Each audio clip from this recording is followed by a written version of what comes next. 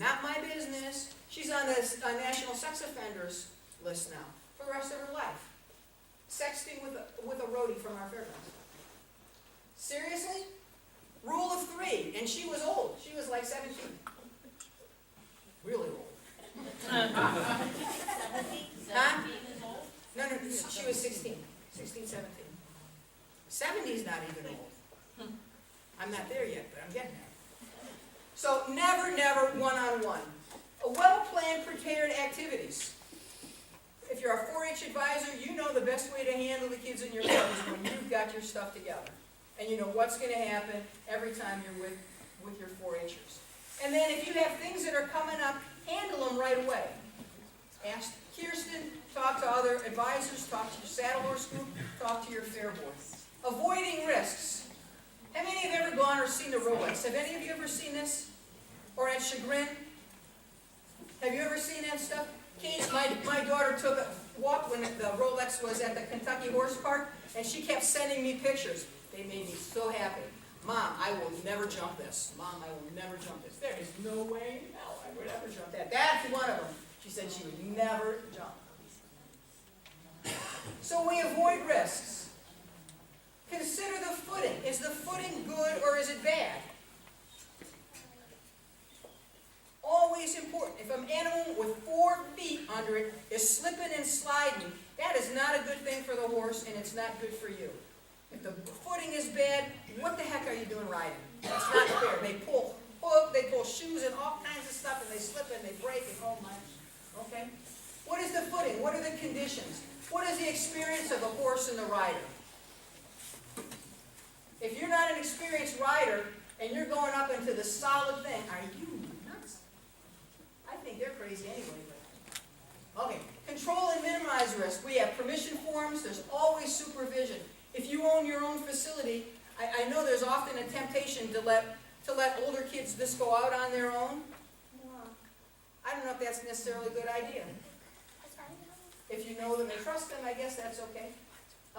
Behavior management is always part of a 4-H meeting. We've talked about child abuse standards of behavior.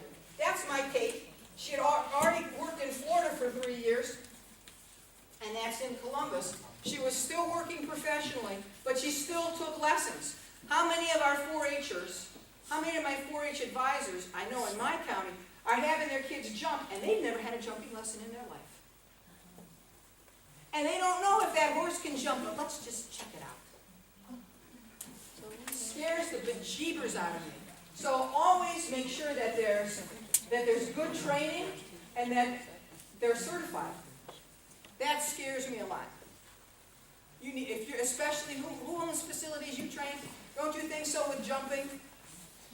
Highest risk of anything, is it not? Except maybe contesters. How many of you are contesters? Y'all are crazy. Just let me tell you. Yeah, she put her hand up. I'm a contester. Yeah, you're crazy. I just call them crazy contesters. They like speed, right? Yeah, and it's fun to watch, and I love it. Insist on proper education, training, equipment, and follow the established rules. If one day, who's the 4-H advisor? What's your name? Trish. So one day, Trish, you have a great club, don't you? You have wonderful kids. It's 90 degrees, and you say, you know what? You're such great kids. It's so stinking hot. Let's just take our helmets off. Absolutely. Why not? It's stinking hot. Why not? They're great kids. They're great riders. The risk of injury is way too big. Follow established rules. The Ohio 4-H rules say you wear a helmet. You don't wear a helmet, something happens, you no longer have 4-H liability insurance. So here's our fairgrounds. Oh, this is just our horse park. Barn 10, our warm-up ring. This is our major shore ring that is not the size, and here's another barn. All these yellow spots were spots that we noticed horses could get out of the equine area, and happy days, they are on the midway. It is a wonderful thing. Have you ever had a horse get loose at a show? Katie and I were in Marysville or someplace, and we were bringing some foals from Ohio State. It was foal in hand. This is the first time these foals had been away from home. And so you know. So we did their little thing, and they did showing in hand, and then we tied them up next to the trailer, and then we went back with the other horses, and all of a sudden, over the PA, there are two very cute foals walking around the trailer areas. They were just going from trailer to trailer, visiting people. It was like trick-or-treating horseland. They were getting sugar cubes, they were getting, and they were just happy as can. At that same event, somebody's horse got loose and was almost out on the road. Both of those things are scary. We realized that we had a problem. There was no way that we could prevent horses in those spots from getting out. That scares the bejeepers out of me, because we're not far from State Route 91, and we're on other major roads, and the infamous, you know, Midway. So what did we do? We put these up. We put up, one of our Fear Board guys found these lovely fence areas, and they're not dug in, they're just set up. And so we made a mounting area, and what we also did, not only the mounting area, we just had a barrier between the barn and freedom for those horses. It was like, you are not playing on the Midway today, guys, because we've got this up. Boy, oh boy, oh boy, we were happy to do that. Now, can they still get through that? Yes, they can bang it if they want to. Can non-participants still get in there with their flip-flops, their Mylar balloons, and their... Yeah, they still can. But there's a sign that says participants only. So if you're in there with your stuff... So, here, accept, share, and transfer risks through permissions, rules, liability, insurance. Look at that helmet. We never wore that helmet again. When a helmet has an impact, what's the game for it? You ever wear this again? Never, ever wear this again. Why not? It's a $300 helmet. Why don't you wear this again? You have no assurance that it is not cracked internally. I don't see anything wrong with it. You have no idea that this is going to continue to protect your head. So what's worth more? A $300 helmet, or have you been to the emergency room lately? You have any idea what that costs? I'm not advocating $300 helmets. That's what Katie told me that was worth. So we want to do insurance, because when you insure, what happens? What happens? When you have an insurance policy, what does that mean? It's less money out of your pocket. It's absolutely less. And they are saying, we will share with you all of this risk, providing you follow the rules, and if something happens, we'll help you out financially. Oh, do that. Everybody knows about how the every time, every ride, yes? Everybody knows about every time, every ride. The permission forms are signed. Warning, Kirsten, warning, 4-H advisors. I found out that there was a girl in my county that was participating in horse activities for 2 years, and her mother had no idea. How could that happen? Come on, you creative people, tell me. They forged their mother's name. Mom, I'm going over to my friend's house. For 2 years, she was riding horses, and her mother hadn't a clue. So what would you do then so that she can't forge, so that they can't forge? What do? You see the parents sign it.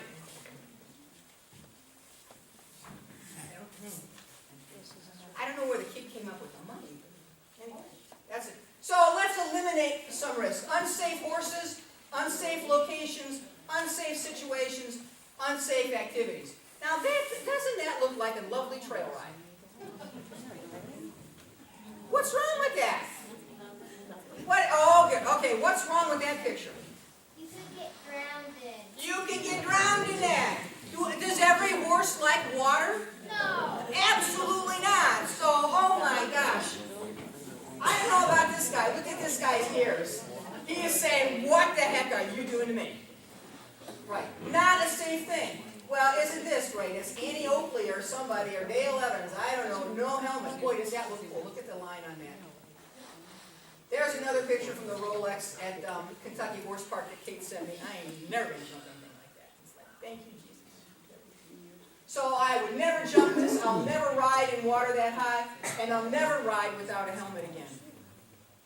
So, what is that? Do you know that some counties, do you know what the firearms is? Yeah, the cowboy action shooting. What is what? The cowboy action shooting with the balloons and everything, right? Cowboy action shooting, is that what you said? Yeah. Yeah, some people call it mounted shooting, different things like that. Do you think that's ever going to happen in 4-H? Probably not. Heck no, why not? Distracts the horse. What's that? Distracts the horse. It could distract the horses. Some horses don't care. But it's not going to happen because you have to be special. It's just not going to happen. The risk is way too high. Do you ever take your kids on overnights? Do you ever go to Congress with your club? No. No? There's all kinds of special considerations. Anyone ever have a problem transporting your horse? Oh, yes? What happened to you? Blowout tire. Blown out tires. I've had that happen. That is no fun. What happened to you? Your horse doesn't load on the trailer. You know, I hate that. I won my daughter's first load with a red roan appy. What does that tell you? A red roan appy 3-hour load. Lord have mercy, what are we doing? But do you have an emergency plan when something goes wrong? Special equipment, water, we're going to go on. Here it is, the Ohio Equine Law. This is what you have in your barn, right? Something pretty much like that. Warning, under Ohio law, an equine activity sponsor or equine professional is not liable for an injury to or the death of a participant in equine activities resulting from the inherent risks of equine activities. You read the law. Is that all there is to the Ohio Equine Law? If any of you believe that our legislators wrote something that is that clear and concise, you need to go to the Ohio Revised Code and check the Ohio Equine Activity Statute of 1997. You said you have this sign up and you're still getting sued, right? Yep. People can sue, and they will sue, especially if there's an injury and they don't have insurance. There are actually 5 ways. There are 5 ways that you can lose your protection.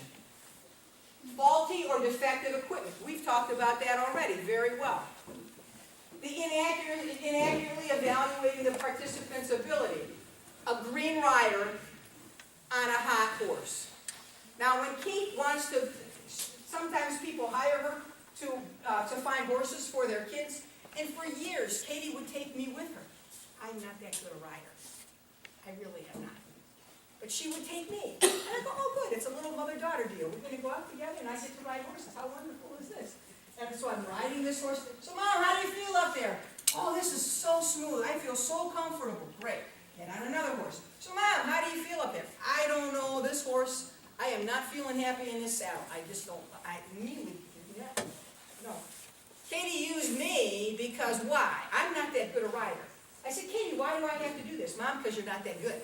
I said, now wait a minute. So I have a job with you because I'm not that good. We should all be so lucky to have a job like that we have a job because we're not that good. Why did she want me to be not that good? What value did I have to my daughter? Because if I could ride the horse, the kid could ride the horse. If I felt safe, the kid would feel safe. See, so I had great value because I thought.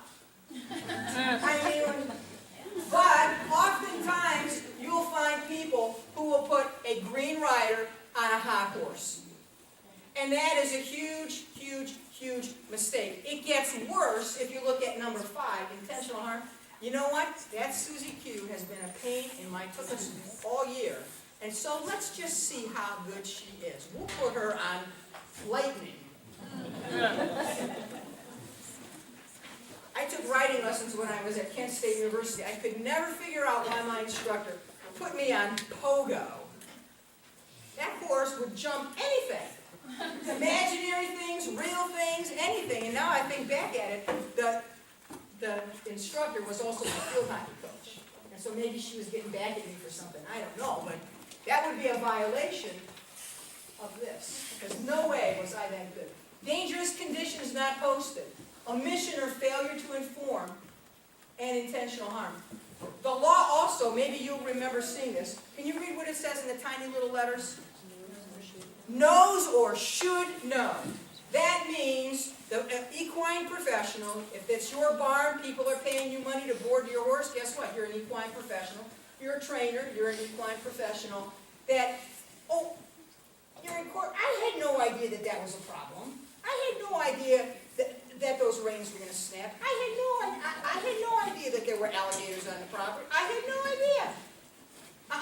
You know or should know. Ignorance is no excuse. Under the law, ignorance is no excuse. So let's look at them. Faulty or defective equipment. Something happens, the Ohio equine law goes out the door. Inaccurately evaluating the participant's ability. Green, rider, hot horse, your protection by law is out the door. Dangerous conditions not posted. I'll show you a picture in a minute where Kate was riding in Florida. Whenever they had rain, guess what happens in Florida when it rains? It collects in these big puddles. Guess what happens? Who comes to the puddles? Alligators. Better have signs posted that you got alligators. Do you have alligators? No, you don't have. Dangerous conditions on omission or failure to inform. You know what? I'm putting you on a horse and I'm going to say, you know what? You're a great rider. You're gonna get to ride Pogo today, and he's just been a little off. That would be fair for me to say to you, right? Or I say to you, you know what? You're a great rider. I'm going to let you ride Pogo. He's been so great.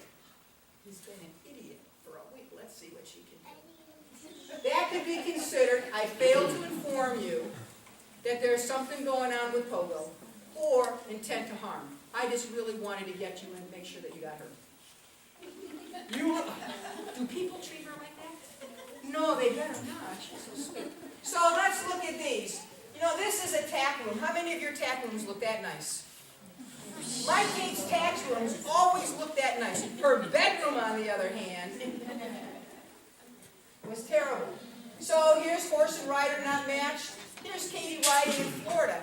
And I'm telling you, if there was rain, and they had these little ponds, and there was enough rain, they had alligators on the property. Where do those dang... And they had to post it.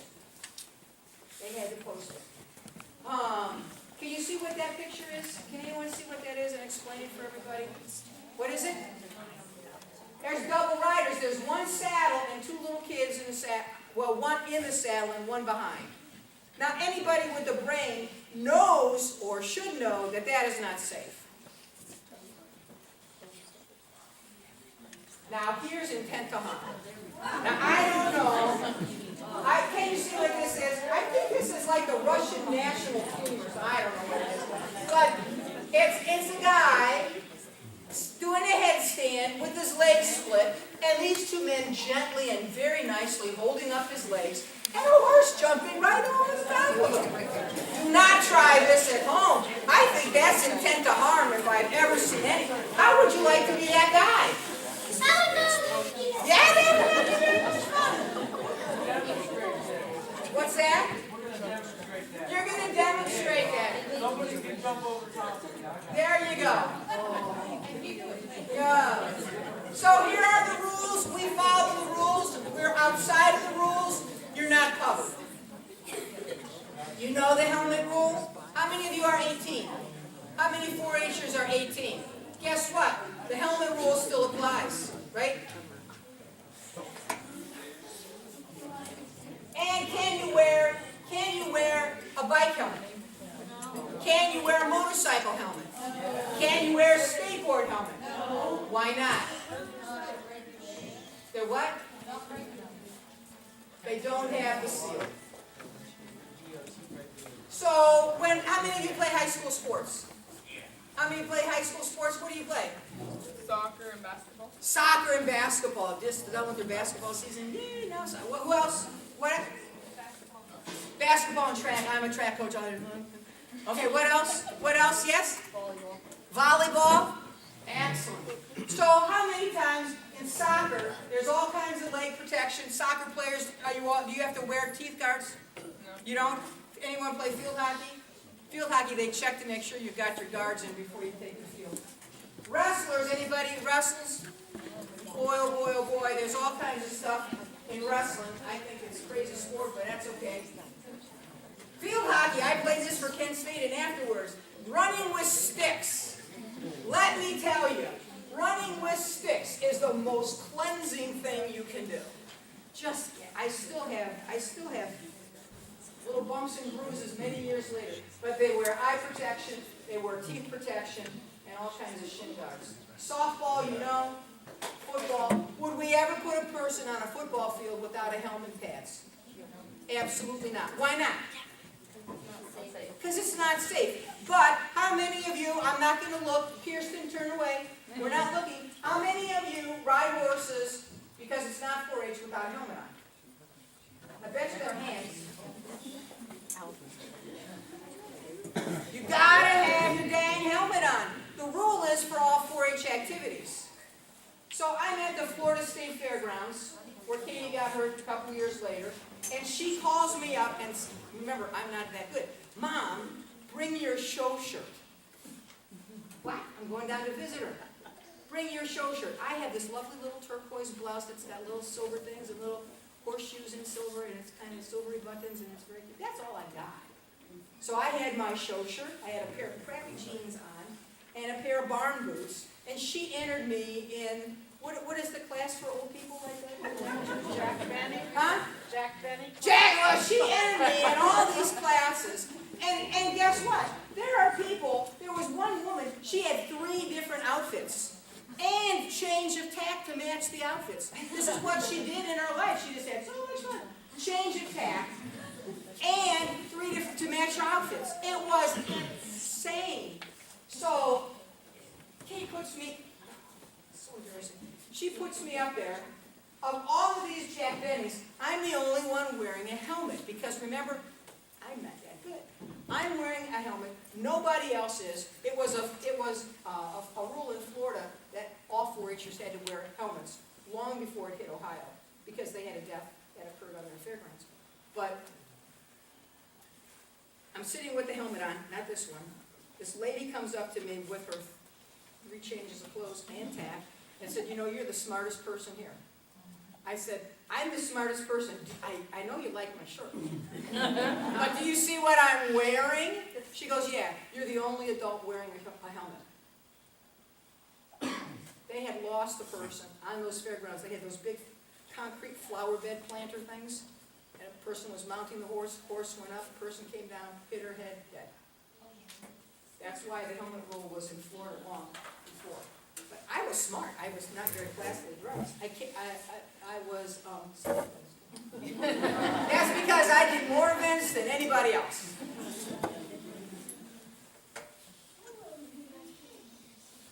There needs to be a cultural shift with regard to helmet wear, where helmets are just a given. I have a friend who raises thoroughbreds and she ponies at the track, and they don't never take their helmets off. They never take them off. They're on them all the time because they want to continue to work. If you've ever had a problem trailering an animal, a flat tire on the car, flat tire, oh, this has happened to us way too many times. Once coming back from Florida, no fun. Do you have a first aid kit with your trailer? Do you have all the numbers that you need? Luckily, we could find a Walgreens because all our lights went out at night. All the lights on the trailer went out at night in Kentucky, of all godforsaken places. Luckily, we found the place. But do you have all of this stuff together? Do you know someone who can come and save you? Do you know if your trailer goes down? Do you know somebody you can call that says, "Listen, my trailer's broken down. I need a haul." Or my truck's broken down. I need a haul. Can you help me out? Have you ever tried transferring animals on the side of the road? Do you do it? Has it happened to you? It's horrible, isn't it? Oh my God. It's nice to be able to call somebody to come and save you. Here again, Equine Risk Management Group, they have great information about stables. We had a fire, not in our county, but in Portage County, killed 14 or 17 horses. Did you see that in the news? It wasn't too long ago. That was pretty bad. Look at, these are causes of barn fires. If any of you are smoking in a barn, I have this to ask you. Are you nuts? If you're smoking in a barn, there's hay in there, is there not? There are wood chips, are there not? There are things, there's wood, is there not? There's stuff that burns easily, and there are living animals who cannot get out by themselves. And if you're smoking in a barn, shame on you. And kids, if you see any adults that are smoking in a barn, you tell them shame on you. Jackie said shame on you, because you're risking those animals. Not to mention the property. But look at these, lightning strikes, spontaneous combustion, overload, arson. Fans are always an issue, aren't they? What's the leading cause of fires in barns?